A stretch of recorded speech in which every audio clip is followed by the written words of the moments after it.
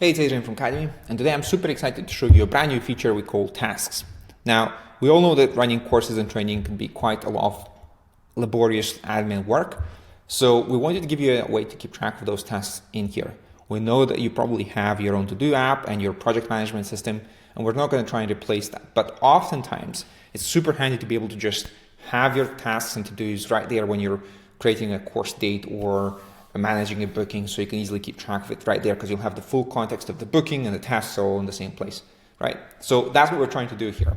Now, in the future, this is still just version 1, so in the future we have quite a lot of ideas to actually streamline this process even further and add a lot more powerful functionality here, but I'll give you an overview of what we've added on version 1 of this.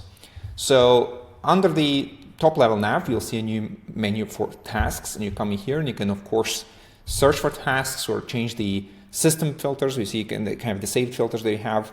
We've got 4 system filters, maybe we'll add more, but you can create your own filters and change the sorting from here and save them and apply them as you can everything else in the system, right? With the tasks though, there's a couple new options. So you can choose to group your tasks by certain things like status, and you can see my tasks are now grouped under each status heading, and I can move them to another status like so.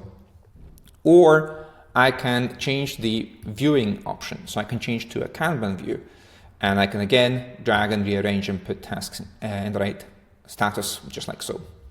So I can go in and add new tasks in line, both in the Kanban and in the list view. And I can add new tasks from the top right as well, which will open the dialog. The same dialog shows when I click on the task. So let me show you what it's like to create a new task from here.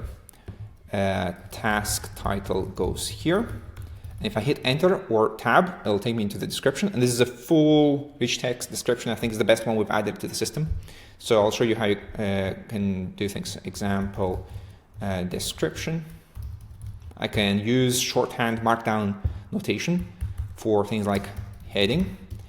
Or I can open a bracket and close it again and hit space for a subtask. Example, subtask. Now, I personally use shortcuts quite a lot, but if you're not familiar with the markdown shortcuts, you can just use the / key to open a popover and kind of see the different options for things that you could add. So I'm going to close that. And I'm going to just show you that you can also do attachments just by dragging and dropping them into here. And play around and see what else you could do here. But this is quite nice and handy to be able to put in some attachments or files or additional subtasks right within a bigger task here.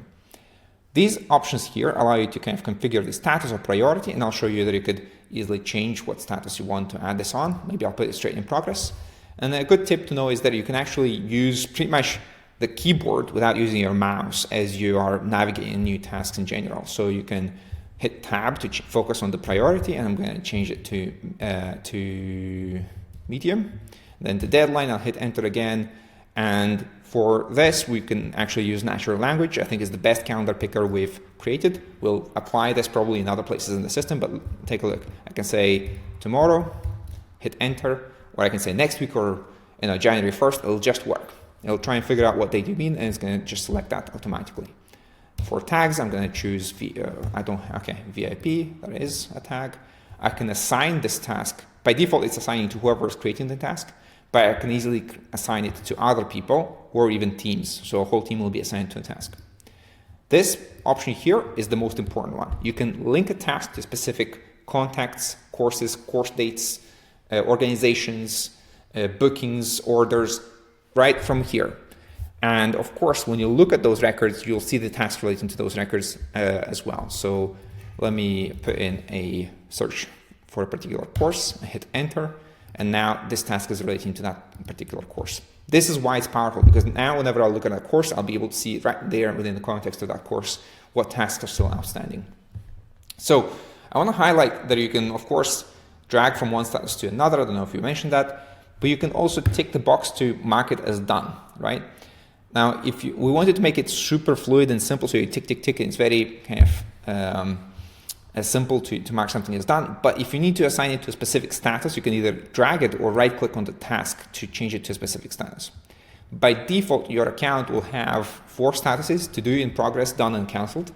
So if you want extra custom ones, just go into settings and tasks. You'll see that you have the ability to add new statuses. I've added one for blocked or stuck. Often I get started with something and then maybe because I need someone else's help, I'm blocked, right? I put that into that status so it's out of the way and I can refer back to it later. Now, let me show you how you can add tasks within different records. Let's say I'm looking at a booking. You'll see that now there's a section for tasks. Any task related to that particular booking will be automatically pulled in. I can go in example, new task. As I said, it automatically assigns it to me, but I can click on it and either change the person that's assigned or I can change what it's linked to. But you can see it's automatically linked to this particular booking and to the contact. So if I'll go into that particular contact, I'll see both tasks that were created for that contact specifically or any bookings he's on. So example, contact task here, as simple as that. So another place where you can add tasks is organizations. Let me jump into that and look at this organization here.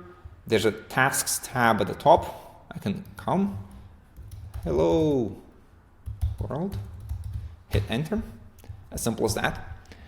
And there's also an option to add tasks from the course page. So if I go into a particular course,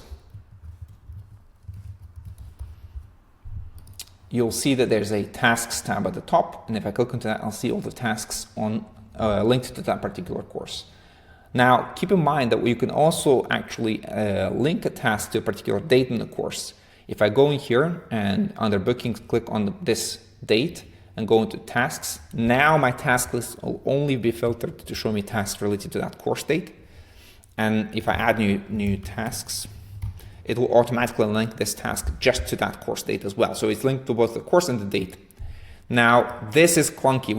We're not super happy about how this works. And we are redesigning this page, but we didn't want to hold up the tasks feature until we finish the redesign of this page. So once we are done with the redesign, hopefully it's going to be easier for you to see the tasks related to a very specific course date without having to kind of go from one tab to another like this. But so more things are coming, more improvements to tasks and more improvements to the course page so you can manage tasks around the courses.